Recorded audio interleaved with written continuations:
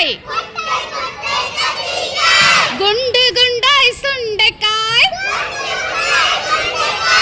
நெட்டை நெட்டை முருங்கைக்காய், நீண்டு தொங்கும் புடலங்காய், சட்டி பானை போலவே தடித்திருக்கும் பரங்கிக்காய்,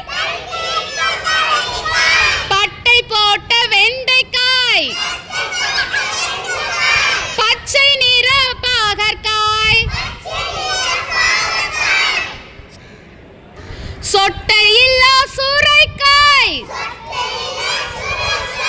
சொக்கும் நல்ல தக்காளி,